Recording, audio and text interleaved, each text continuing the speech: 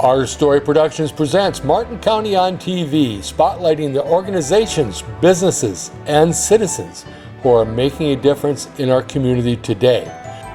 And with interviews and stories done by local television shows over the last 25 years, here you're sure to learn more about the county we call home. Get ready, for this is Martin County on TV. We have a very special guest today. Join me in welcoming Ruth to our set. Ruth, how you doing? I'm doing fine. I'm Awesome. glad to be here. So glad you're here. Ruth, of course, you and I have known each other for some time, but share with the folks a little bit about your history with the community. Well, I have been in Fairmont, it seems like forever. I like to say I was raised on a farm, and I grew up in a filling station. The filling station happened to be on the corner of 15 and 16 right here in Fairmont where Burger King is. Oh, really? And every day I get to look out my office window, and I like to say I grew up there because I literally did, between the ages of 6th grade and a senior in high school. So you're literally a couple blocks from where this filling station was? Absolutely. Well, that is pretty cool. Yep. I bought a little memento today. It's a Texaco station. Trust your car to the man who wears the star. Remember. And this star was actually on the filling station. Well, that's pretty cool. So this is a what nice... a good memory, and I bet a lot of people remember that filling station. Well, actually, it moved, and it's down the block, right by Taco John's. Okay. Yeah. Very cool. So there was two of these, one on each side of the saying, trust your car to the man who wears the star. Awesome. So you spent a lot of time in that business, growing up and helping? Oh my gosh, we did everything. I have a very high mechanical aptitude because of it. But my dad was, before his time, involving women. He had 8 kids, 6 daughters. Wow. And so it was important that we worked right alongside him. Well, that's pretty So I probably am one of the few women who could do just about anything on a vehicle if I wanted to. I don't want to. Right. So tell us a little bit about your business and how that all began. I actually was working in another advertising agency, and I actually have 2 businesses. One is called SewMfg, SewMfg, and the other is called AdMfg. Well, I started SewMfg just because I wanted to own a business. That's just an aspiration that I always, wanted. So I started that when I was working at the other ad agency. And when I left the other ad agency, little did I know that the people that wanted to work with me came to me and said, I want to work with you. And so I thought, oh, you do?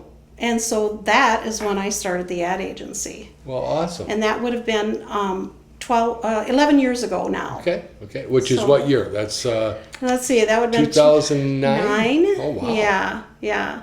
So, and I actually started on Winnebago Avenue in Jim Leatt's building in the front portion of that, where I started SewMfg, and I just moved everything out of one room, and that's where I started AdMfg. Wow. So tell us a little bit about some of the services that you offer. Well, we do, I like to separate it up into 5 different areas. Creative and design is probably our claim to fame in the local area. There isn't a place that we can't go look, see where our artwork is. Most recently, we just did the brochure for the helicopter dedication. Oh, I've seen that. Very cool. Yeah. So we get involved. Our favorite thing to do is starting a business from scratch. We love to start right from their logo, brochure, letterhead, envelopes, everything that they might need, whether it's billboards, signage. We like to just be that one-stop shop for them. So if, correct me if I'm wrong, so if a business is just starting up or an existing business and they literally need to have and can get whatever they need through all the whole process. Right, and we'll counsel them through it. Oh, awesome. Yeah, and there is many businesses in town, and I'm a storyteller, and I could tell you a lot of stories about the way certain things really got started. Sure, absolutely. Now, you're located on 15, and when you offered these services, who was your client for the most part?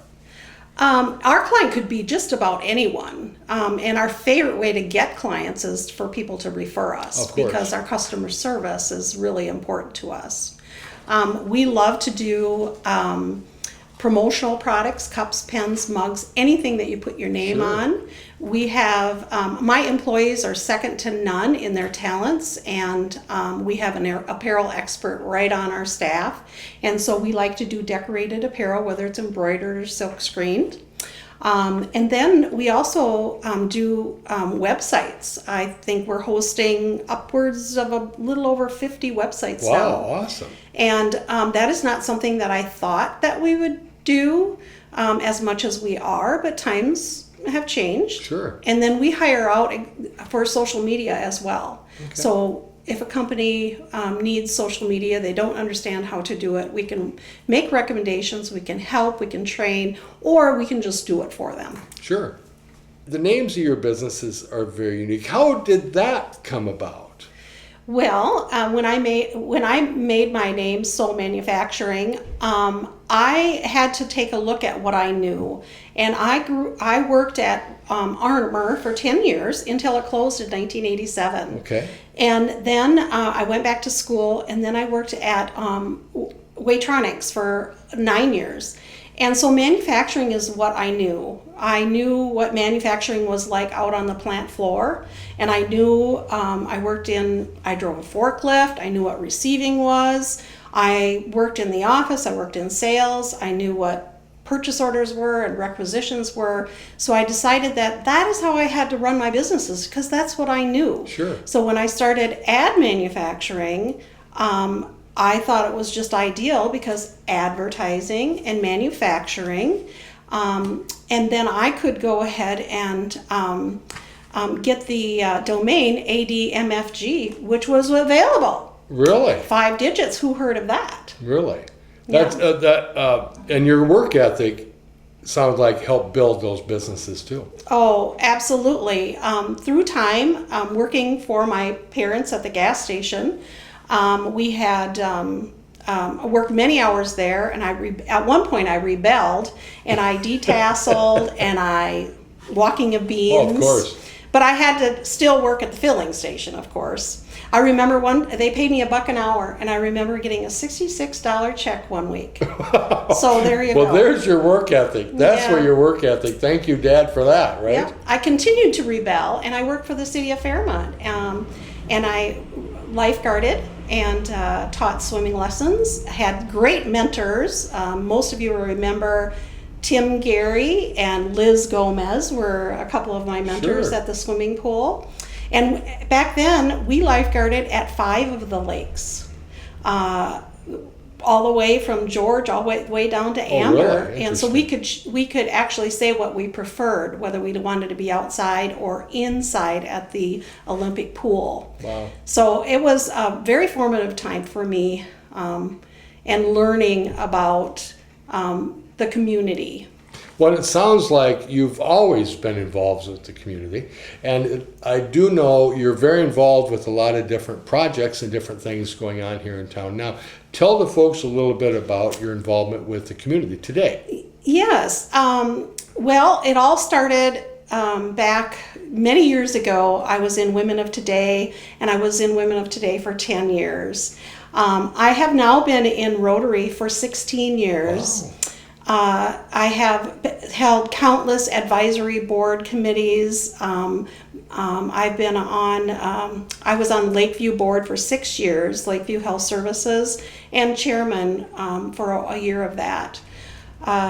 Currently, I am still on Rotary.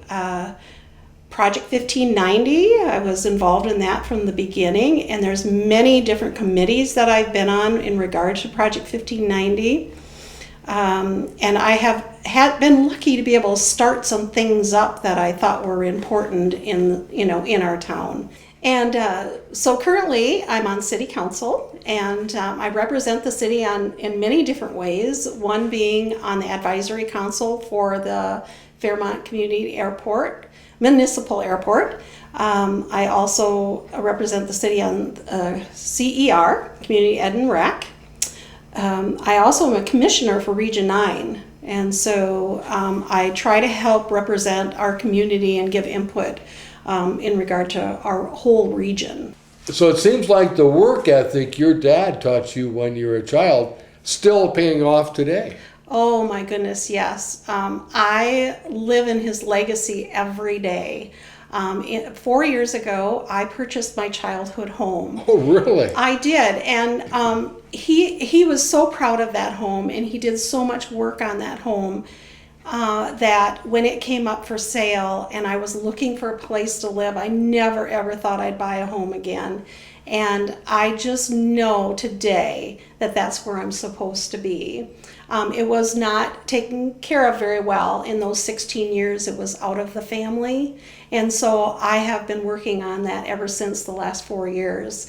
And I had a gentleman that helped me a little bit, and he says, well, are you on the 5-year plan or the 10-year plan? Well, I was on the 5-year plan, but now I think I'm on the 10-year plan. So another project besides your involvement with the city and your job. So you truly are an entrepreneur. I think that's pretty cool. Ruth, tell the folks concerning your businesses, if they have questions or want to get a hold of you for a project, how do they go about doing that?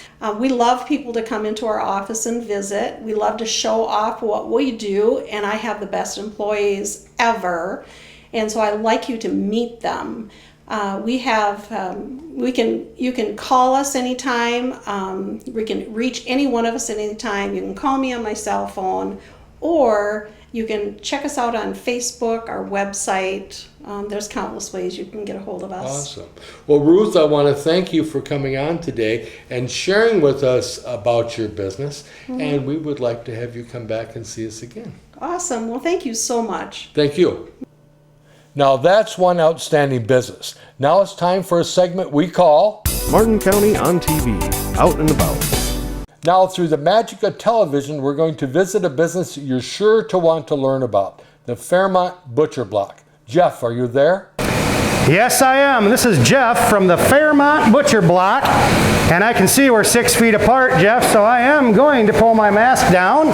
Can you tell us about your business? Yes, Jeff. Well, I've been here for just over 3 years now. The great community of Fairmont, which has welcomed me with open arms. So it's just been a great honor to serve everybody in town. And I'd like to show you a little of my product on hand here. Very, very nice selection of bacon. We do the regular bacon. We have a raspberry chipotle bacon. We also have pepper and a favorite cottage bacon there. All this product is smoked in store as well. Back in the corner there is my smokehouse where all this wonderful product is made. Also, dried beef, great for sandwiches. Following along on the top shelf, we do Polish sausage and ring bologna. Another favorite is our in-house smoked ribs. All great things. They're all heat and eat, ready to go. Bottom shelf here, you also see a nice selection of fresh steaks. New York strip with the super marbling, ribeyes next door, sirloin, and of course with the weather changing now, we've got a few roasts on hand. So by all means stop in, and I am glad to cut any steak, any size that you're looking for. Also, over here we have 5 selections of 6 actually of different kinds of sticks to choose from. Selection of jerky, all those grab and go snack items. Also for the pork lover, we have a pork jerky on the bottom shelf, so hopefully there's all the varieties that you're looking for there. Back over here we have a large selection of frozen goods on hand. Anything from shrimp, heck, we even have pork cutlets on hand. That's a favorite this time of year as the weather's changing. All of our patties made in store here, different varieties. Fresh patty, there's a mushroom and Swiss patty, there's a bacon cheddar patty, a block burger, which is a mix of pork and beef. Also frozen burger to choose from. Party wings for all of your football needs this time of year. Of course, a large selection of bratwurst here. There's about 20 varieties there to choose from. So a flavor for everyone. Love it. I see, Jeff, some people are working hard behind you. What are they doing? The guys are working diligently back here. So we have a bunch of different orders going on right now. We have the bandsaw running where Chris is cutting some nice bone-in pork chops. A lot of people will refer to these as their thick cut is an Iowa pork chop. I don't know about that being here in Minnesota, but delicious either way. As we mosey along over here, I have Jake here. He's cutting some eye of round, which these excellent. They make a great sandwich steak. We'll tenderize that, and that works great for putting on toast for your steak sandwich. Very lean piece of meat. So, around the corner here once again, this is our smokehouse that all of our product in store goes through right here. It's great because it's up front. I like to show it off. You can see it from the front door as you walk in. And in the back here, we have Pete. He's working on ground beef. As you can see, there it is. It's fresh right there for you, right in store. That's going to be coming out and going in our counter up there. We make 1 pound packages. So a bunch of different things going on here at the Fairmont Butcher Block. Jeff, I'm so glad we stopped out. Thank you for giving us a tour. Oh, this is a good one here. How about this nice ribeye steak for the grill tonight? Well, it's been great having you here. I appreciate you stopping by. I would like to invite everyone to stop in, check us out, like us on Facebook, check out our website. Just give us a call. Let us help you out with all your needs. And now that's another outstanding business, as seen on Martin County on TV, out and about. Martin County on TV, Flashback. Looking back on history is something you can do at the Martin County Historical Society. Today, Lenny Tvedten gives us a look back on our former member of Fairmont's Police Department with an interview in today's History Lesson.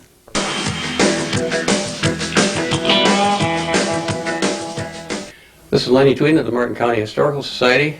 Today we have the opportunity to visit with Major Jones. He has been a longtime Fairmont resident, a policeman, and also in charge of the school patrol. Major, first question. Yes. How did you get into police work? How long have you been in police work? And where did you spend most of your time? That's 3 questions, I guess. Well, that's 3 questions. Well, the first answer to the first question, how did I get started in law enforcement, was due to a highway patrolman by the name of Kenneth Stroh. He was back here in 1936. And I took my merit badge for marksmanship from him.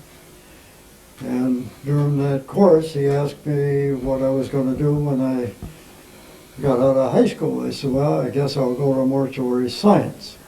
He says, did you ever think about going into police work? And he says, you know, that's a good stable job.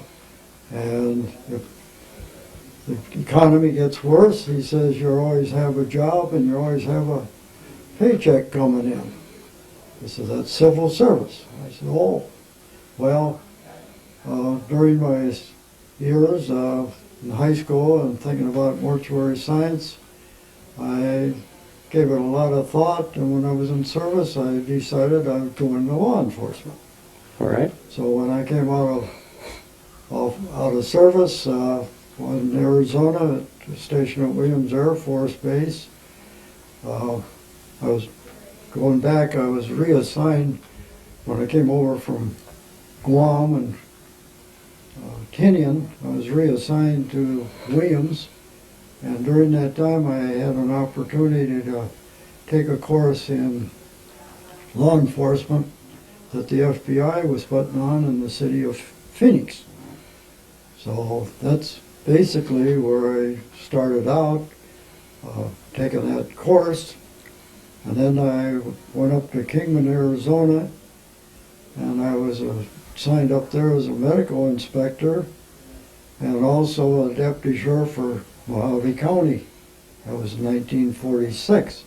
And I stayed with them until 1948 when I came back to Fairmont. Okay.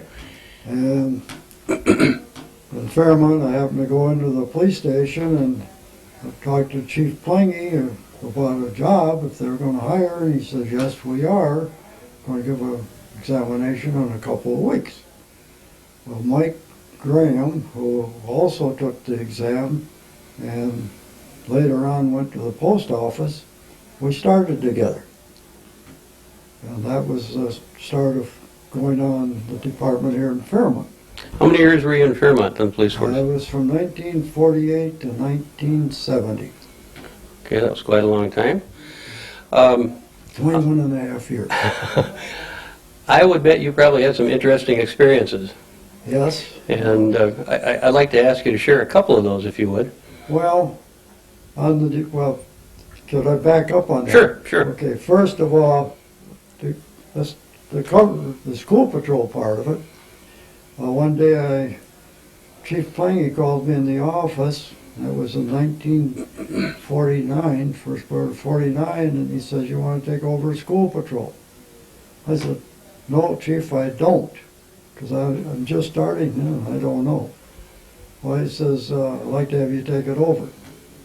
Well, that night I was working with George Cavers, and George says, "I understand you turned the chief down on the taking the school patrol over." I says, "That's right." He says, "You better think twice." So he says, "You better go in and tell him you're going to take it." So I went in the next day and I says, "Chief," I said, "I'll take the job." All right. So that's the reason I got on this pointed to the school patrol part of it. How many years was that?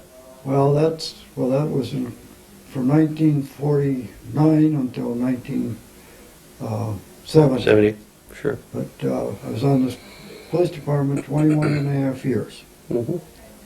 And some of the experience that you ask about, one of them happened in 1952. It was on a Sunday morning. I was working by myself, and I got a call from a party passing through the city of Fairmont that there was a car harassing him all the way from the Wisconsin border all the way through Austin, Albert Lee, Blue Earth, and they couldn't find anybody along the way to make a complaint to. And I just happened to be in the office, and I took the phone call and I went out looking for the vehicle. I located it on Lake Avenue as it was pulling out of the Shell oil station, which was on Lake and 4th Street. And I followed it out past the bridge. I stopped the vehicle, and I noticed the plate on the car. It was from Kansas. And so I went up to the car and I started up to the car, and the gentleman met me at the back of the car by the back window, and I told him what the problem was, and I said, "People want to sign a complaint against you, but I think we can take care of it. We'll go back to the station." No, were these people fairly cooperative, or were they? Very cooperative, but anyway, I looked at the plates, and the plates were a Kansas plate, as I said before, and I looked at the prefix on it, which was part of the license number, and I asked him for a driver's license. He had one that was from Wichita. I said, "Have you lived in Wichita all your life?" He says, "Yes." I said, "Where did you buy the car?" "Wichita." And knowing something about license plates, that you had to live in the county in which the plates were issued. Sure. Mm-hmm. So right away it put up a Red flag, Mm-hmm. and I said, "Well, follow me back to the station." Which is a lesson I learned. I would never do that again, because you're not supposed to do that. They're supposed to go ahead of you and you signal. But they did follow you. But they did follow me. And on the way in, I get a call from Chief Cavers at that time. Want to know where I was at? I says, "Chief, I think I have a hot car, and I'm on the way in with 3 people." Well, when we got to the station, I took the 3 people inside where the chief was, and I went back out and searched the car, and I reached underneath the passenger side, and I found a piece of metal. I drew it out. It was a .45 cocked and ready to go. In the back seat, I found 3 rifles and another handgun, and I unloaded them out in the parking lot, brought them in, laid them on the table, and one of the guys turned to the other one and said, "I should have shot that so-and-so." What were your feelings when you found the guns? Well, I could have went to the bathroom, I guarantee you that. But anyway, that was one experience. Okay. But it was the fact of knowing something about a license plate. Right, right. We've got a couple props here. We'll just take a minute. One is the school patrol.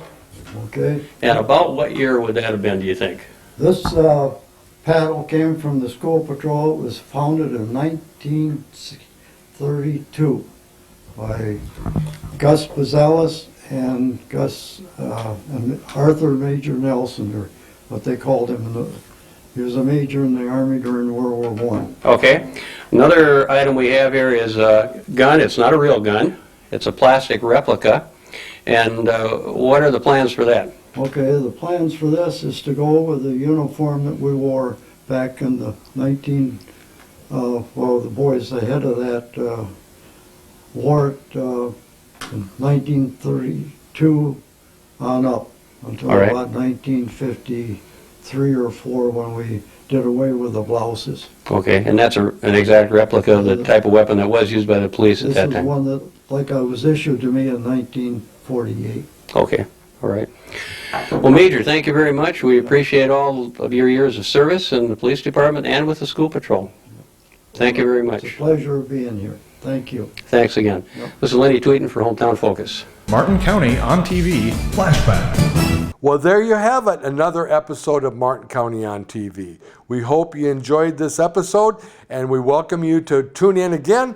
Thank our sponsors for making this happen, and remember, it's not just the past, but the present that tells our story.